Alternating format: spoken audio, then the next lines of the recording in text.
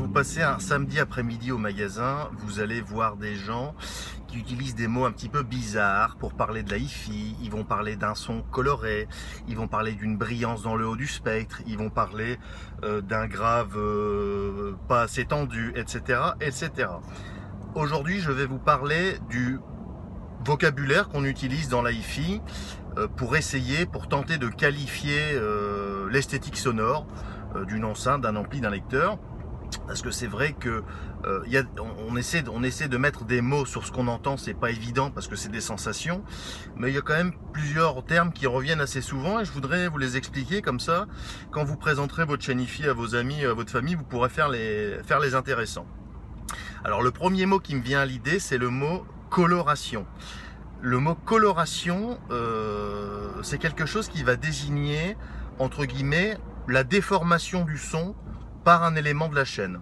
Par exemple, si vous avez une enceinte colorée dans l'aigu, ça veut dire que c'est une enceinte qui va en rajouter un petit peu ou beaucoup, ça dépend des enceintes, et si c'est le cas, il ne faut pas prendre ça parce que vous allez être un peu déçu au bout du compte. Une coloration dans l'aigu, c'est une exagération du registre aigu. Une coloration dans le grave, c'est une enceinte qui va en rajouter dans le grave, c'est-à-dire qu'elle va faire un grave qui n'existe pas en fait. Si vous écoutez par exemple de la musique classique, vous allez très rapidement vous en rendre compte. J'ouvre une petite parenthèse pour vous donner un conseil. Le jour où vous voulez vous offrir une chaîne ou un élément d'une chaîne, que ce soit des enceintes, amplis, peu importe, essayez toujours d'étalonner votre système sur de la musique vivante, sur de la musique classique, du jazz, enfin un instrument non amplifié. Tout simplement parce que c'est la seule manière de pouvoir vous rendre compte si ça sonne entre guillemets vrai. Et le but de la haute fidélité, c'est quand même ça qui nous anime aujourd'hui, c'est d'essayer de reproduire le plus fidèlement possible l'instrument qu'on pourrait entendre dans la réalité. Ça ne nous intéresse pas d'entendre quelque chose qui est complètement surfait, complètement artificiel. D'où le terme haute fidélité, high fidélité, hi-fi. Donc ça c'était le petit conseil, je ferme la parenthèse. Donc le premier terme qui vient, c'est la coloration. Un système coloré, c'est un système qui ne ressemble pas vraiment à ce qu'on pourrait entendre dans la réalité. Ça peut être sympa à écouter, hein, c'est pas forcément quelque chose de... C'est pas une maladie honteuse d'avoir un système coloré, mais c'est pas quelque chose de neutre. Donc la neutralité, c'est le contraire de coloration. La neutralité, c'est quelque chose qui va respecter exactement ce qu'on entendrait dans la réalité.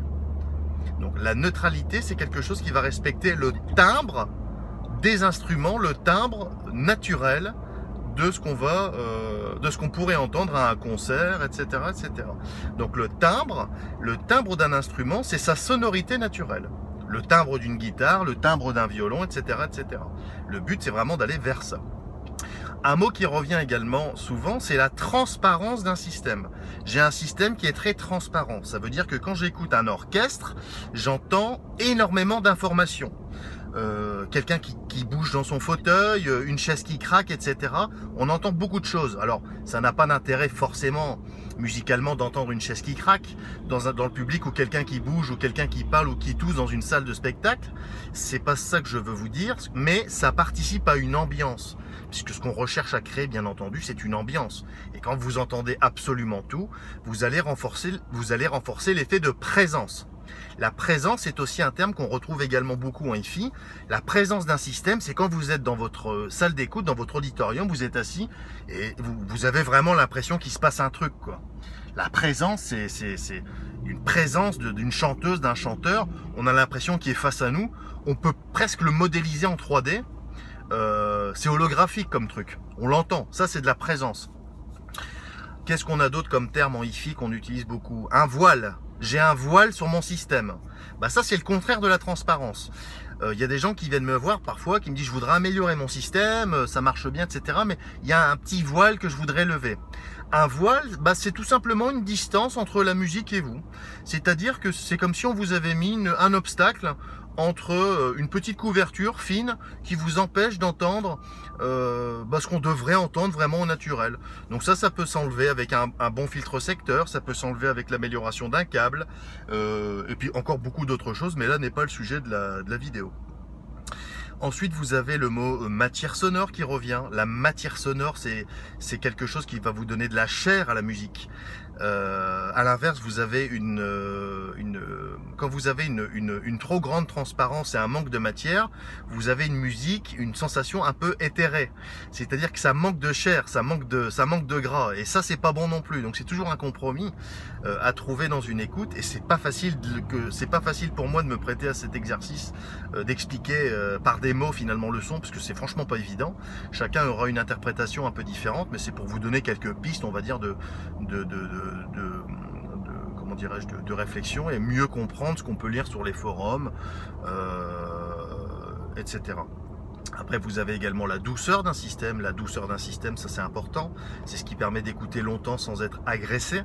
L'agressivité d'un système, au contraire, c'est un aspect très désagréable. Au bout d'un moment, quand vous avez notamment trop d'aigus, vous êtes agressé, vous écoutez de l'opéra, quelque chose comme ça, ou du violon, ou par exemple comment ça s'appelle, du clavecin.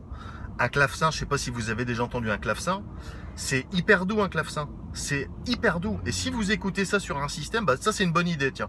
Quand vous allez dans un magasin de hi-fi, vous demandez à écouter du clavecin. Comme ça, vous allez voir si c'est agressif ou pas. Si c'est agressif, c'est pas un bon système. Si c'est doux, si c'est agréable à écouter, c'est que c'est un bon système, parce que normalement ça ne doit pas être agressif. Donc encore une fois, essayez d'écouter dans vos tests de matériel, de système, etc. des instruments qui sont également naturels. Comme ça vous pourrez reconnaître la sonorité, voir si ça vous paraît crédible, etc. J'espère que ces quelques explications vous auront donné du grain à moudre, et je remercie encore toutes les personnes qui m'envoient des petits mots de remerciement pour ce que j'essaie de vous apporter en termes de conseils et d'expérience. J'ai des petits mots du Canada, de Bruxelles, du Luxembourg, de la Suisse. Ça vient d'un peu partout dans le monde, c'est assez hallucinant. Je pensais pas franchement que ça prendrait une telle ampleur, mais bon, c'est très bien, c'est que ça apporte de la valeur ajoutée aux gens qui nous regardent, donc ça nous fait très plaisir. Je vous remercie beaucoup et je vous dis à la prochaine pour une nouvelle vidéo. Je vais vous parler la prochaine fois des amplis, préamplis, bloc mono, bloc stéréo. Quand on achète une amplification, on achète soit de l'intégré, soit du préampli bloc de puissance, ou soit des préamplis et les blocs mono. Je vais essayer la prochaine fois de vous expliquer un petit peu comment ça marche et quel est l'intérêt et quels sont les avantages et les inconvénients de chacune de ces solutions. À très bientôt, excellente journée à vous.